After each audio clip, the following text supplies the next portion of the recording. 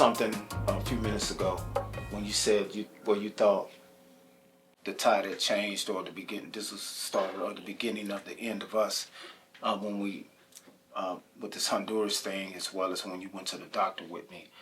And I think in the same sense, within that same year, if you remember, I think I picked up E7 and I was going to school, and I thought the same thing, but I thought it in reverse, because I thought it was some things that you had said to me to bring the beginning of the end. And if you remember, I was off at school, and I think I called home, and I was talking to you about where you were at on a Tuesday night. And then you specifically said to me you was at one place, and then when I challenged that place, you said, "Oh no, I was at another place." And then I said, "Well, then you came back and said to me, well, it's none of your business where I was at." And then I thought at that point, as a husband, because there's been some issues beforehand that we had talked about. One of the things what a good friend of mine said, what the deal was with a situation and stuff like that. And before we even got married, and I think you remember that situation. And so I thought in my mind, one, we had never really spoken to each other in that tone about who or what it's not our business, your business, it's our business. And so where you're at, what you're doing, it's a part of us, not just you. And it's the same thing, if I was doing something that was wrong, and or whatever the case may be, it's still our business. It's not just me to look at it and say, no, it's none of your business, it's my business where I'm at. Because we still have responsibilities to each other, or quote unquote commitments to each other. And so within saying that, I thought that was the tumbling blocks or the domino effect to would lead to the end of us too as well. Because now and once I started questioning the trust, and we had been in some trust issues before, and some things had been said and done, and I started questioning that trust about, not so much about what you would do in a financial sense or what you would do in a business sense, but how much can I trust you with my feelings or my heart at that point? And I think that was the start. And so when I started to ask questions about things, there were certain things that I think you did were questionable too as well. The guy with the DVDs, the guy falling all out in there, a situation where you telling me it ain't none of my business where you're at and what you're doing. And I think those things led to a lot of the insecurities, what men always feel, especially when they got a strong, beautiful black woman that's there, and knowing that this woman is potentially doing or saying things to hurt them in a sense. Because one of the things in the circle what we were in, it was a small circle there at Fort Leonard Wood. So what you did was magnified. Like the one drill sergeant, and I ain't gonna say no names, but I felt a threat to him because, one, he was a decent looking male. Two, he had you all day to himself because y'all worked hand in hand together. And I think his wife even felt that way. You know what I'm saying? Because of the situation. Not was something going on there? It could have been that way. And those things you can say all you want to say, but those questions were never answered on my part. And even when we got out to Fort Irwin, and I remember we had a flat tire on the car, on the truck or something that happened, but you were so anxious to get back to Fort Leonard Wood. Who cares about a flight? We scheduled a flight. We sitting there stranded on the side of the road. You and your mom got a taxi, and y'all continued. I was on my way to OCS. No, you was going back to Fort Leonard Wood. But literally, no, hold on. Okay, I remember. I'm sorry. I remember because I remember you were back. You were in California at this point, and I was still at Fort Leonard Wood because I had to finish out before I went to OCS. So I'm sorry. Yeah. Finish. But I didn't care about the flight. We had money to rearrange your flight because you were not leaving for OCS for at least another couple of weeks. Yeah. Or whatever you was going back to see at Fort Leonard Wood took precedence over what was happening with our family there, and me and the kids in the car at that time. And I'm looking like, I didn't particularly care too much for that. But there's things that you have done too to make me feel a certain way Absolutely. as well. I understand that. And I understand that. You would say a tit for tat type deal. Well, you did this and I didn't know. Can I go ahead and talk about how things are happening from my perspective? So I really appreciate you sharing that with me, because one thing I know about marriages is that if you're not communicating, we're living two different worlds. Right. You know what I mean? And so I understand how you may have saw it that way. Totally. And I remember deliberately, and if you remember, and you can remember, or you may not, I don't know, Numa, but you remember I told you I know exactly what I said and how I said it, because this came in after you came back from Honduras. Okay? Correct. So what you know about me is that I'm very much in my feelings, meaning that I feel things, and you know that. And let me finish. Because I need you to understand all of me, because that's what I've been trying to tell you for years. Women have certain things that we know to be true. And what I do know about you as a man is that you didn't change your patterns of behavior from the time that, and this is my story, right? And you and I have talked about this through the years in so many ways. So I knew that you needed a reason, a justifiable reason to do anything. Because in your mind, you need to be justified always, right? So I remember this came after your Honduras trip. So now here I was, back in my element. I'm back to where I feel comfortable about myself, right? I had, our son, by the time you went to Enoch, our son was probably about 1.5 years or something like that. I can't remember. But he was in that part where he was walking, he was doing his thing. I was really into all the 87 pounds I gained when I was pregnant, all that was gone, right? So here you were in school, and if you remember, we had 3 vehicles at the time. Mm-hmm. So we're going to tell the story, we're going to tell the whole story. We had 3 vehicles at the time. We had your Expedition. This is when you went to B-Knock, or A-Knock, I'm sorry. We had your Expedition, we had the 3 Series BMW, and we had my brand new Lexus I had just bought. Mm-hmm. And so you said, Yashika, I'm going to take the 3 Series BMW because that one is, you need the big truck, the Expedition, because you got all the kids and my mom. And on top of that, I'm not going to take your brand new Lexus. So I'm going to take the 3 Series because it's more economical on gas, and we actually had a plan as to why you would take the 3 Series. So you took that car. Now, that car was purchased before I was married to you, which means it only had my maiden name on the title. Mm-hmm. It never had a hyphenated name or anything. So put a pin in that story. So while you were in BNOC, right, I remember you talking to me when you came back about, Yashika, where was you at this particular time? And I remember having a conversation with you while you were there, and I said, I was at this place. You know what? I wasn't at this place. I was at somewhere else, because that story happened.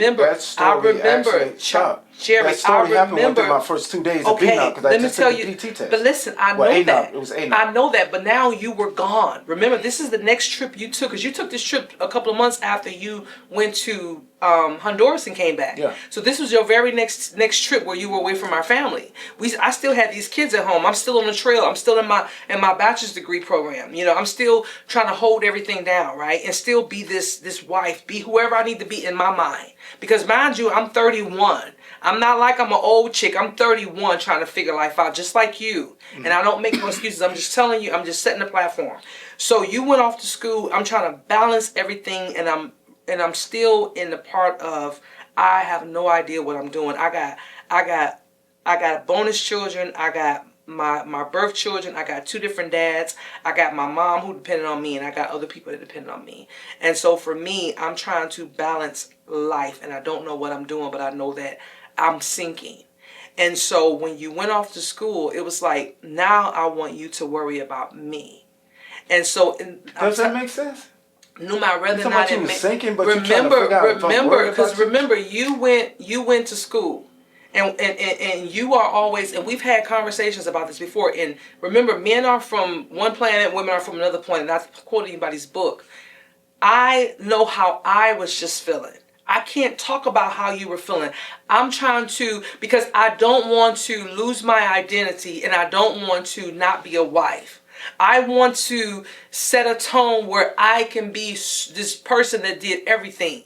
Because remember, I'm trying to do things differently than I've been showed. Because what I've been showed was women only stay at home and take care of the kids versus, or they go off and be single women and they have this career and they don't get to have the beautiful picket white fence and a husband and all those things. And so I'm trying to say, because remember, all this comes with my purpose in this world, which is understanding my both generations of the things that I'm supposed to do different, right? Because it comes with me knowing who I am, this purpose in this world, my purpose in this world. So I know that I'm the X in my family and I'm supposed to do things differently. Right? I've been given whatever the ancestors, whatever. So when it comes to me, I'm trying to figure this out just like you. So I'm living my reality, you're living your reality. That's why I'm glad that we can sit here now and understand our different, it's not about who was right or wrong. I'm just telling you how we were living two different truths. Because in my mind, at that time, I just wanted you to once for once feel what I felt. Because up until that moment, like I said, I was that girl that was willing to sit on the corner with you and wait on a spaceship to pick us up to go to the moon. Right? Up until that moment. And so now it was like, he done, in my mind, I'm not getting back what I'm putting out. And so whether or not you did it the way you knew how, I can't blame you. That's the part I need you to understand. We can't. But you do blame me. I don't blame you because no, yes, Newmys. Yes, tell the truth. There is blame what you put in there. I felt in the process that you lost sight of the goal. And so when you started to put other people before me, because remember, I met you, we were still both legally married to other people when we got together. Mm-hmm. So there were things about you that I already knew that because I've heard when the ancestors talked to me. And what they said to me, like there were things about you that I wasn't gonna, you were very much respectable about whatever you were doing. You never missed, and I say this to you all the time, half the time you beat me home from work. Right? Because my jobs were always more demanding. Right. You beat me home from work. You were home every weekend unless you was doing your own business or whatever. But I could easily come and find you, whatever. You never skipped dinner. You never not showed up for Sunday dinner. You never stayed out overnight until you stayed out overnight. You know what I'm saying? You never did those things. So in my mind, you were doing, so I wasn't looking for things. There were things that came my way, like when that one chick called me. There were things that came my way that I didn't come looking for. Why? Because I knew who we were. I knew what my grandmother told me. She said it to me. God is going to figure out a way to slow him down. And I saw you for who you were going to become, not for who you were at that moment. And it's just that simple. But I think, Yashika, I think the deal is this, though. There's always a picture painted of me as this guy that was ripping and running, and probably so. It may be justifiable, maybe not. But there's also some blame here with you. Absolutely, and that's your story to tell, but I don't think you ever really take ownership of the things. No, what I take ownership of is I remember in that moment, even with that thing where you went to school, ANOC, and what it was called ANOC back then, and I remember specifically how you was like, okay, so were you there or not? But then here's what happened after that. When you came home, no sooner than you came home from ANOC, we were at still waters. Nothing was happening, right? Because remember, I knew you were only gone for 6 weeks or something like that? 7. It was a very short period of time you were gone. And I remember you coming home, and I remember because of the way our house was, you had to walk up in our house, and it was like 4 or 5 steps before you came in when we were in Missouri. So I remember you standing on the bottom of the steps, and I was sitting at the top of the steps, and you were talking to me with your hands in your pocket with your chest stuck out. And you felt like, and in my mind, and then I'm like, and so you was like, well, tell me what happened when you told me you was at one place and then you lied about it. I was like, hey, you figured it out. I didn't give a crap what you thought. No, you didn't. And I pretty much, I don't remember what was said, but I didn't give a crap what you said. You gave me a watch. And I didn't, yeah, for your graduation or something. No, it was like you knew I loved watches, so you gave me a watch. Yeah, but I remember. Like, stop acting like you was this. Oh, like no, yeah, I didn't give a crap for this. You gave me a watch. Okay, you was like, hey, here's this watch, and I just want you to have this watch. You know, and you. I don't remember when I gave you the watch, sure but did. what I do know is that, and so I gave you a present. But what I do know, because you knew you were wrong. No, it wasn't. Listen, for me to. That was your way. That was your way of apologizing. That was my way of moving my chess piece. Well, that's what you needed to understand. But here's the thing. Here's what the part I need to get to. Right after that, what happened?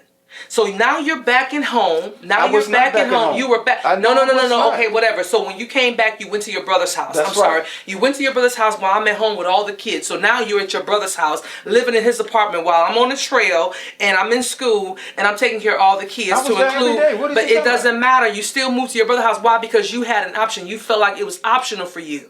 It never was optional for me. Remember, I told you I always felt like at any moment I was replaceable. Stop all this. So no. I'm just telling you how it makes in my mind, how the pieces connect in my mind. So if I'm replaceable at any time, you're looking at it like, well, I'm gonna go just stay with my brother because your brother lived outside. Let it cool off. Because it was optional. But remember, I'm still at home every day with the kid. So let me finish my part because you set the tone for this particular event.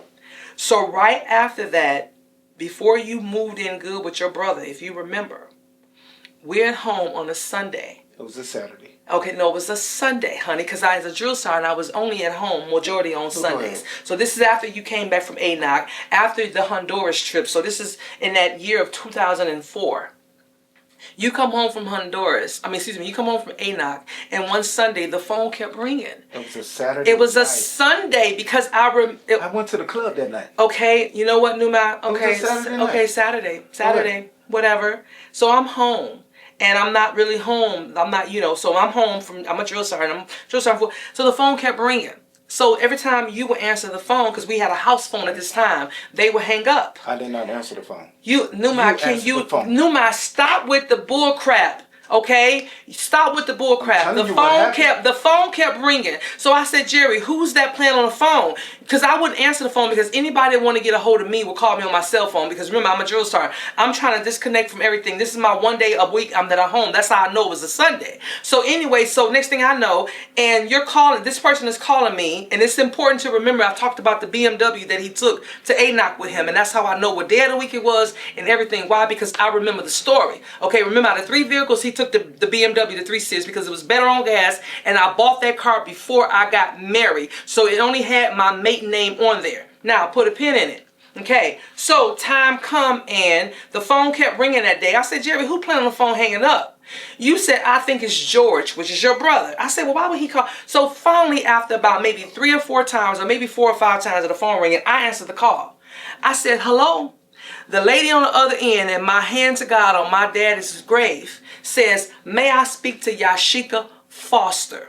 Now, anybody that know me will only know Yashika Foster because why? Of my previous name. My name was hyphenated, Foster Newmy. So anybody that knew me will only refer to me as Foster Newmy. Everything I own was in Foster Newmy at this point, except for my BMW, because I purchased it before I married you, so therefore it was in my maiden name. It should have been Davis. It was in my maiden name when I changed the title from Germany to when I came back. Listen, I changed. Listen, don't try to throw a little sprinkle off to throw me off because I know the story. So remember, you took the BMW. You stayed in a hotel the whole time you were at ANOC, which means that anything about your family was not in that hotel. Mm-hmm. So anything about me was only going to be in that BMW, to include my registration, my title, my insurance, everything. My registration and my insurance, everything is in my glove box in my car. So mind you, we sitting at home on this Sunday. I finally answered the phone. She says, hello. I said, hello. She said, may I speak to Yashika Foster? I said, this is she. She said, I want you to know that I'm the B that your husband was effing when he was in whatever city it was, she said, in the Carolina. Because that's where you were. What was it? Outside of when you were in Miami. No. I can't remember right now. But I remember specifically she said the city. So my thing was, what did you do to her? So that night, I remember specifically, honey, What we did that night, because remember, I had drill sergeants there was a lot going on during that time. Even I was going through some medical issues. So that night, because I remember the night you moved to your brother's house, because it was that night. It wasn't because that night. let me tell. That now, if you had stuff over your brother's house, it was one thing. But let me tell you, finish the story. You know I'm telling the truth, Numa. That night, after she called me, I tried to hurry up and take the phone to you. But before I get to, so that night, right, I was like, yo, B calling me? So what did I do to you? I said, dude, let's get it in. You said, let's lay down. And I said, so nope. We ended up, no, nigga, no, listen, no, we did it. Listen, we did it good. And you know what you did? You got up because it was a whole thing. It was a whole turnout session. And you know what you did? You got up and you said, bitch, you crazy. I'm not laying here with you tonight. And you left. That's how you got out of your brother's house, because you said if this chick then called you and the first thing you want to do is sleep with me good, that means you might kill me in my sleep, and you got up and left. Absolutely. That's when you got up and left and went to your brother's house. No, okay? So then you know what you did the next day? You changed the phone number of the house so she wouldn't call me no more. And I didn't know it till my mama come calling me. She calls me on my cell phone. She said, Yashika, why your phones keep saying your phone number is disconnected on the house line? Because remember, this 2004, we still using house lines. I know you don't. That's why I have a good memory, baby. And I said, Mama, I don't know what's going on. So she said, well, what's going on? So I go ahead and I call my number, and sure enough, I say, Cherry, you changed the phone number. You said, yeah, I don't want her calling you no more. I wanted her to finish telling me the story. Man, I wanted her to finish telling me the story, okay? But by this time, you was over your brother's house because you didn't trust me. Because you said, I'm not about to come home to this woman. This woman didn't call her, and the first thing she want to do with me is have sex. And I did it to you good, honey. Mm-hmm. Mm-hmm. You did it to me good.